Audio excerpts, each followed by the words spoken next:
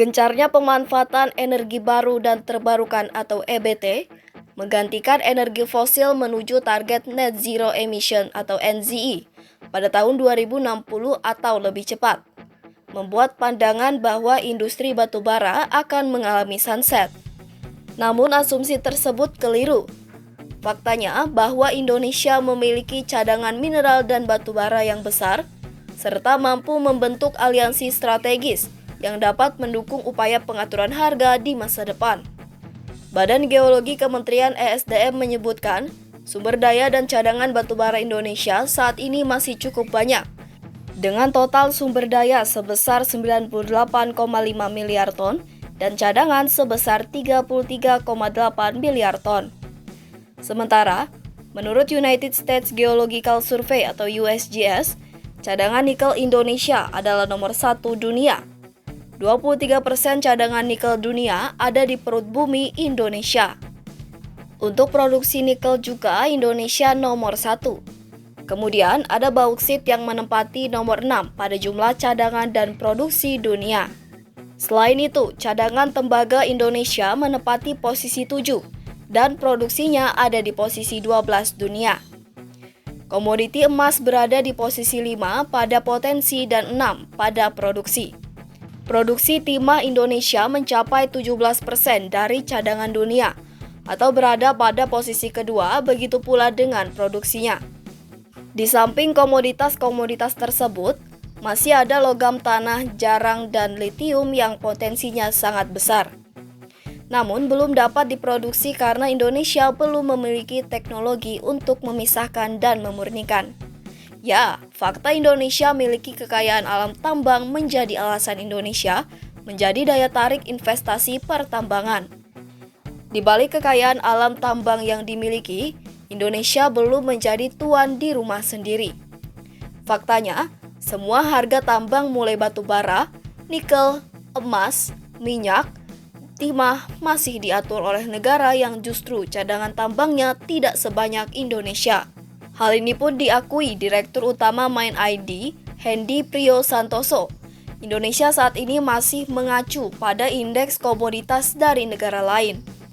Misalnya, dalam produk batu bara, Indonesia masih bergantung pada indeks dari Australia atau negara lainnya. Padahal, Indonesia sendirinya adalah produsen terbesar batu bara dunia hingga saat ini. Indonesia juga belum menjadi penentu harga timah dunia meski memiliki kekayaan komoditas timah yang melimpah. Bersama China dan Peru, ketiga negara produsen utama ini dapat meniru skema Organization of the Petroleum Exporting Countries atau OPEC guna melakukan price setting.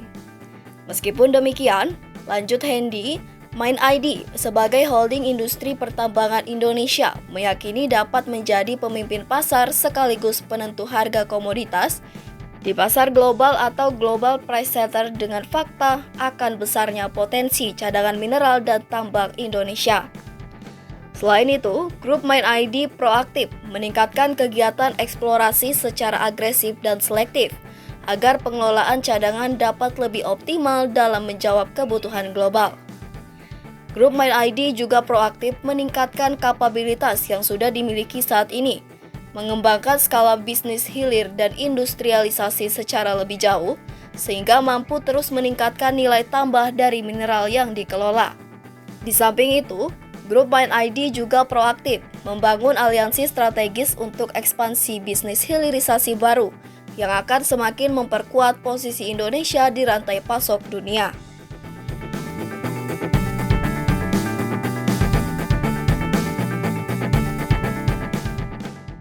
Hendy menyampaikan, sebagian besar komoditas mineral kelolaan grup MindID telah diperdagangkan melalui bursa komoditas London Metal Exchange di Inggris.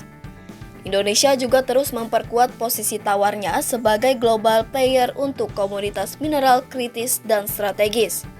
MindID terus berkolaborasi dengan pemangku kepentingan terkait agar Indonesia memiliki batas kuota produksi nasional yang ketat yang dijadikan acuan produksi oleh seluruh pelaku industri mineral pertambangan di Indonesia, yang pada akhirnya dapat membantu Indonesia dalam menentukan harga.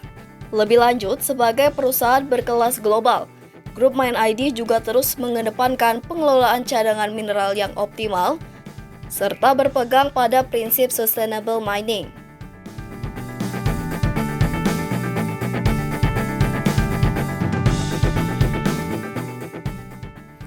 Tulang punggung ekonomi.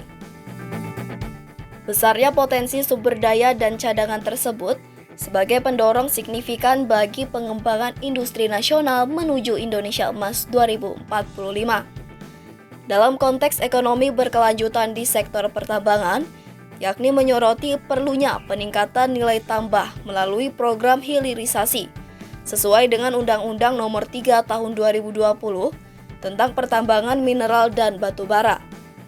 Pemegang izin usaha pertambangan atau IUP atas izin usaha pertambangan khusus atau IUPK di tahap operasi produksi diwajibkan meningkatkan nilai tambah mineral dan batu bara melalui kegiatan pertambangan.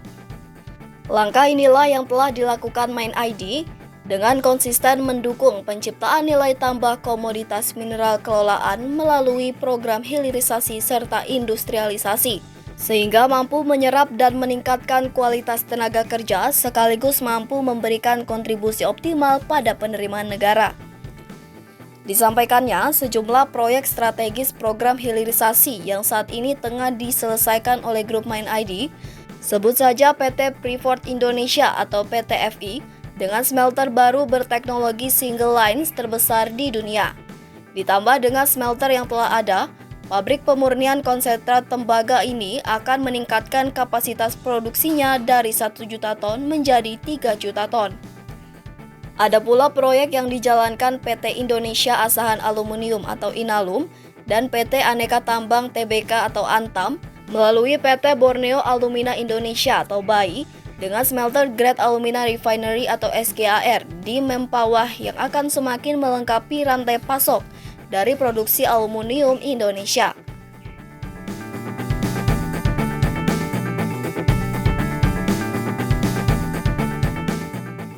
Ini dia seberapa banyak nikel di Indonesia. Kalian tahu nggak, cadangan nikel di Indonesia itu terbanyak di seluruh dunia. Emangnya seberapa banyak sih? Tonton video ini sampai habis. Total cadangan sebesar 5,2 miliar ton. Cadangan ini terdiri dari 3,5 miliar ton nikel kadar tinggi dan 1,5 miliar ton nikel kadar rendah. Sumber cadangan nikel di Indonesia paling banyak tersimpan di wilayah Sulawesi. Adapun Indonesia masih memiliki sumber daya nikel sekitar 17 miliar ton di luar green area yang belum dieksplorasi.